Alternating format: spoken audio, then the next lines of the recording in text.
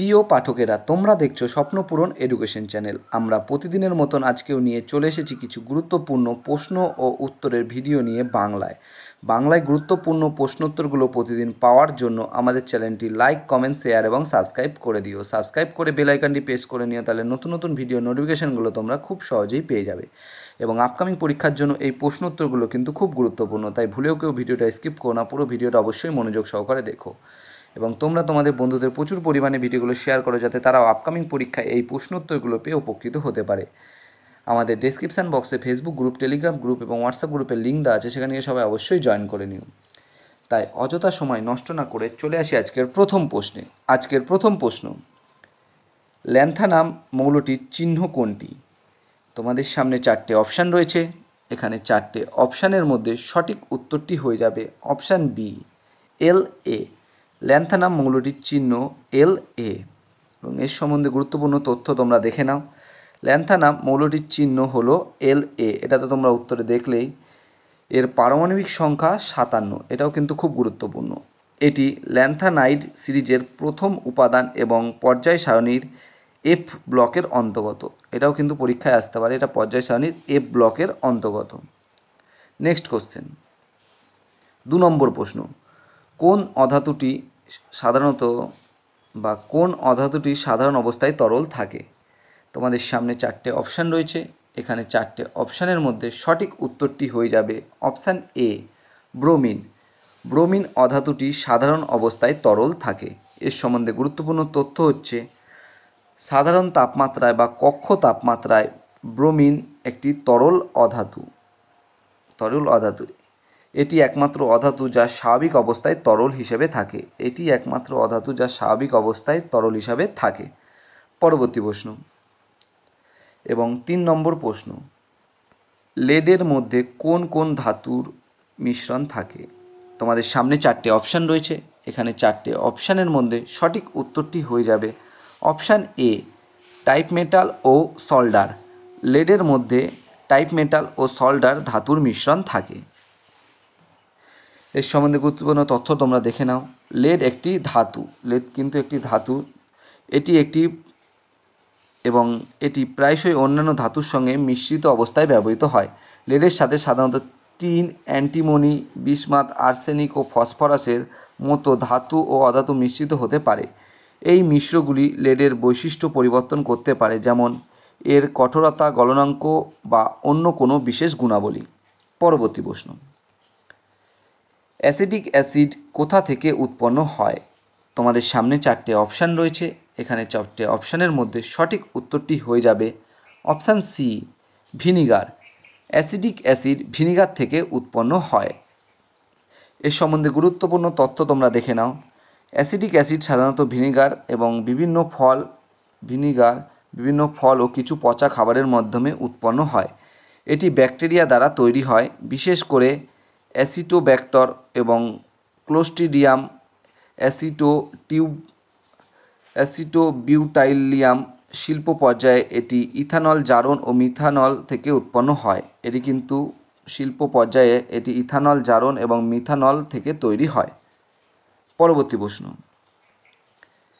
5 নম্বর প্রশ্ন, কে জলকে রাসায়নিক যৌগ হিসেবে প্রমাণ করেছিলেন? তোমাদের সামনে চারটে অপশান রয়েছে। এখানে চারটে অপশানের মধ্যে সঠিক উত্তরটি হয়ে যাবে অপশান ডি, অ্যান্টন ল্যাভুইসিয়া। জলকে রাসায়নিক যৌগ হিসেবে প্রমাণ করেছিলেন অ্যান্টন ল্যাভুইসিয়া। এর সম্বন্ধে গুরুত্বপূর্ণ তথ্য তোমরা দেখে নাও। 18 শতকে অ্যান্টন ল্যাভুইসিয়া ছিলেন প্রথম ব্যক্তি যিনি জলকে দুটি মৌলিক উপাদান হাইড্রোজেন ও অক্সিজেন দ্বারা গঠিত প্রমাণ করেন। এর আগে জলকে একটি মৌলিক উপাদান হিসেবে বিবেচনা করা হতো। ল্যাভুইসিয়া প্রমাণ করেছেন যে জল হলো হাইড্রোজেন এবং অক্সিজেন একটি রাসায়নিক যৌগ, যেখানে দুটি হাইড্রোজেন পরমাণু এবং একটি অক্সিজেন পরমাণুর সঙ্গে যুক্ত হয় একটি অণু গঠন করে, যার রাসায়নিক সূত্র হলো H2O। এই প্রমাণটি রসায়নে একটি গুরুত্বপূর্ণ অগ্রগতি ছিল এবং এটি আধুনিক রসায়ন তত্ত্বের ভিত্তি স্থাপন করে। পরবর্তী প্রশ্ন এবং 6 নম্বর প্রশ্ন, হাই স্পিড ফটোগ্রাফিতে কোন গ্যাস ব্যবহার করা হয়ে থাকে? এখানে 4টে অপশানের মধ্যে সঠিক উত্তরটি হয়ে যাবে option D, krypton. High speed ফটোগ্রাফিতে ক্রিপ্টন গ্যাস ব্যবহার করা হয়ে থাকে। হাই স্পিড ফটোগ্রাফিতে সাধারণত ফ্ল্যাশ ল্যাম্প এবং ফ্ল্যাশ টিউবে ক্রিপ্টন গ্যাস ব্যবহার হয়ে থাকে। ক্রিপ্টন গ্যাসকে ফ্ল্যাশে ব্যবহার করলে উজ্জ্বল সাদা আলো তৈরি হয়। ক্রিপ্টন গ্যাসকে ফ্ল্যাশে ব্যবহার করলে সাদা উজ্জ্বল আলো তৈরি হয়, যা ছবি তোলার সময় খুব দ্রুত গতিতে ছবি তোলার জন্য উপযুক্ত। এছাড়াও ফটোগ্রাফিক ফ্ল্যাশ কাটতে জেনন গ্যাসও ব্যবহার করা হয়। জেনন গ্যাস ফ্ল্যাশ ল্যাম্পের আলো তৈরি করতে সাহায্য করে। কিছু ক্ষেত্রে ফটোগ্রাফিক ফ্ল্যাশে আর্গন গ্যাসও ব্যবহার করা হয়, তবে এটি সাধারণত ফ্লোরোসেন্ট বাল্ব বা অন্য ডিভাইসগুলোতে আলো তৈরি করতে ব্যবহৃত হয়। পরবর্তী প্রশ্ন এবং 7 নম্বর প্রশ্ন, নিচের কোনটি সবচেয়ে শক্তিশালী? এখানে 4টে অপশানের মধ্যে সঠিক উত্তরটি হয়ে যাবে অপশান এ, ফ্লোরিন। নিচের ফ্লোরিন সবচেয়ে শক্তিশালী। পরবর্তী প্রশ্ন এবং 8 নম্বর প্রশ্ন, গতি পরিবর্তনের হারকে কি বলে?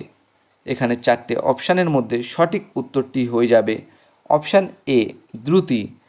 গতি পরিবর্তনের হারকে দ্রুতি বলে। এর সম্বন্ধে তোমরা দেখে নাও। বেগের পরিবর্তনের হারকে ত্বরণ বলা হয়। এটি একটি ভেক্টর রাশি যার মানে এর একটি মান এবং একটি দিক আছে। ত্বরণ সময়ের সাথে সাথে বস্তুর বেগের পরিবর্তনের হার নির্দেশ করে।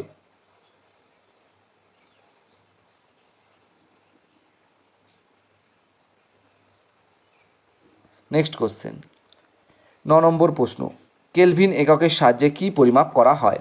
তোমাদের সামনে 4টে অপশান রয়েছে। এখানে 4টে অপশানের মধ্যে সঠিক উত্তরটি হয়ে যাবে অপশান ডি, তাপমাত্রা। কেলভিন এককের সাহায্যে তাপমাত্রা পরিমাপ করা হয়। এর সম্বন্ধে গুরুত্বপূর্ণ তথ্য তোমরা দেখে নাও। কেলভিন হলো তাপমাত্রার এসআই একক। তো কেলভিন তাপমাত্রার কী একক? এসআই একক। কেলভিনকে কে দ্বারা চিহ্নিত করা হয়? কেলভিনকে জলের দৈর্ঘ্যবিন্দুর তাপগতির তাপমাত্রার ভগ্নাংশে 1/273.16 হিসাবে সংজ্ঞায়িত করা হয়। তাহলে কত করা হয়? 1/273.16 হিসাবে সংজ্ঞায়িত করা হয়। তাপমাত্রা, এটি দেহের উষ্ণতা এবং শীতলতার মাত্রার পরিমাপ করে। তাপমাত্রা পরিমাপের প্রধান স্কেলগুলি হলো সেলসিয়াস স্কেল। এই স্কেলে বিভিন্ন নিম্ন স্থিরবিন্দু বরফ বিন্দু 0 ডিগ্রি এবং উপরের স্থিরবিন্দু বাষ্প বিন্দু 100 ডিগ্রি এ নেওয়া হয়। এই স্কেলে পরিমাপ করা তাপমাত্রায় সবই ডিগ্রি সেলসিয়াসে হয়। কিসে হয়? ডিগ্রি সেলসিয়াসে। এবং ফারেনহাইট তাপমাত্রা, এই স্কেলটি 32 ডিগ্রি ফারেনহাইটে একটি নিম্ন স্থিরবিন্দু এবং 212 ডিগ্রি ফারেনহাইট একটি উচ্চ স্থিরবিন্দু রয়েছে। 1 ডিগ্রি ফারেনহাইট তাপমাত্রা পরিবর্তন হলে সেটি সেলসিয়াস স্কেলে 1 ডিগ্রির থেকে কম পরিবর্তনের সমান। কেলভিন স্কেল, কেলভিন তাপমাত্রা স্কেল থার্মোডাইনামিক স্কেল নামেও পরিচিত। জলের তৈধ বিন্দুতে তাপমাত্রার স্কেলে 0 হিসাবে বেছে নেওয়া হয়েছে। এই স্কেলে তাপমাত্রা কেলভিন কে পরিমাপ করা হয়। এসআই তাপমাত্রা একক হলো কেলভিন। ব্যাখ্যা, কেলভিন হলো তাপমাত্রার প্রাথমিক একক, কিন্তু প্রায়শই এটি সেলসিয়াস ডিগ্রির সাথে একত্রে ব্যবহৃত হয়, যার মাত্রা একই। তাই বিকল্প 1 সঠিক, অর্থাৎ এর থেকে বোঝা যায় যে পরম শূন্য জিওকে হলো -273.15 ডিগ্রি সেলসিয়াসের সমতুল্য। এটাও কিন্তু তোমরা দেখে নেবে, খুব গুরুত্বপূর্ণ। পরবর্তী প্রশ্ন এবং আজকের শেষ প্রশ্ন, 10 নম্বর প্রশ্ন, বৈদ্যুতিক বাতির মধ্যে কোন নিষ্ক্রিয় গ্যাস থাকে? তোমাদের সামনে 4টে অপশান রয়েছে। এখানে 4টে অপশানের মধ্যে সঠিক উত্তরটি হয়ে যাবে অপশান বি, আর্গন। বৈদ্যুতিক বাতির মধ্যে আর্গন নিষ্ক্রিয় গ্যাস থাকে। এর সম্বন্ধে গুরুত্বপূর্ণ তথ্য তোমরা দেখে নাও। বৈদ্যুতিক বাতি বা বাল্বে সাধারণত আর্গন অথবা কিন্তু নাইট্রোজেন গ্যাস ব্যবহার করা হয়ে থাকে। এই গ্যাসগুলি রাসায়নিকভাবে নিষ্ক্রিয়, যা ফিলামেন্টের জারণ বা ক্ষয় রোধ করতে সাহায্য করে। আর্গন বা নাইট্রোজেন গ্যাস বাল্বের ফিলামেন্ট সাধারণত টাংস্টেনের সাথে বিক্রিয়া করে না, ফলে ফিলামেন্ট দীর্ঘ সময় ধরে অক্ষত থাকে এবং বাল্বের আয়ু বৃদ্ধি পায়। ফিলামেন্টের সঙ্গে কিন্তু বিক্রিয়া করে না আর্গন বা নাইট্রোজেন, তাই বাল্বের আয়ু বৃদ্ধি পায়।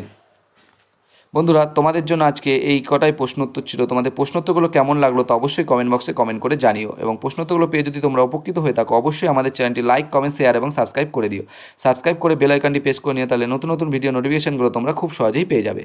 এবং আপকামিং পরীক্ষায় এই প্রশ্নোত্তরগুলো কিন্তু খুব গুরুত্বপূর্ণ, তাই ভুলেও কেউ ভিডিওটা স্কিপ করো না। এবং নতুন যারা আমাদের চ্যানেলে প্রশ্নোত্তরের ভিডিওগুলো দেখছো তারা অবশ্যই লাইক, কমেন্ট, শেয়ার এবং সাবস্ক্রাইব করে দিও। এবং তোমরা তোমাদের বন্ধুদের প্রচুর পরিমাণে ভিডিওগুলো শেয়ার করো, যাতে তারাও আপকামিং পরীক্ষায় এই প্রশ্নোত্তরগুলো পেয়ে উপকৃত হতে পারে। আমাদের ডেসক্রিপশন বক্সে ফেসবুক গ্রুপ, টেলিগ্রাম গ্রুপ এবং হোয়াটসঅ্যাপ গ্রুপের লিঙ্ক দেওয়া আছে, সেখানে গিয়ে সবাই অবশ্যই জয়েন করে নিও। এবং তোমরা কিন্তু অবশ্যই কমেন্ট বক্সে কমেন্ট করে জানিও তোমাদের কোন টপিকের ওপর ভিডিওর প্রয়োজন আছে। এবং অনেকেই তোমরা কিন্তু আমাদের চ্যানেলে ভিডিও প্রশ্নোত্তরগুলো দেখছো, কিন্তু লাইক, কমেন্ট, শেয়ার এবং সাবস্ক্রাইব করছো না, তাই তোমরা অবশ্যই আমাদের লাইক, কমেন্ট, শেয়ার এবং সাবস্ক্রাইব করে দিও। তোমরা লাইক, কমেন্ট, শেয়ার এবং সাবস্ক্রাইব করলে আমরা আরও আগ্রহ পাবো এবং নতুন নতুন ভিডিও আরও নিয়ে আসার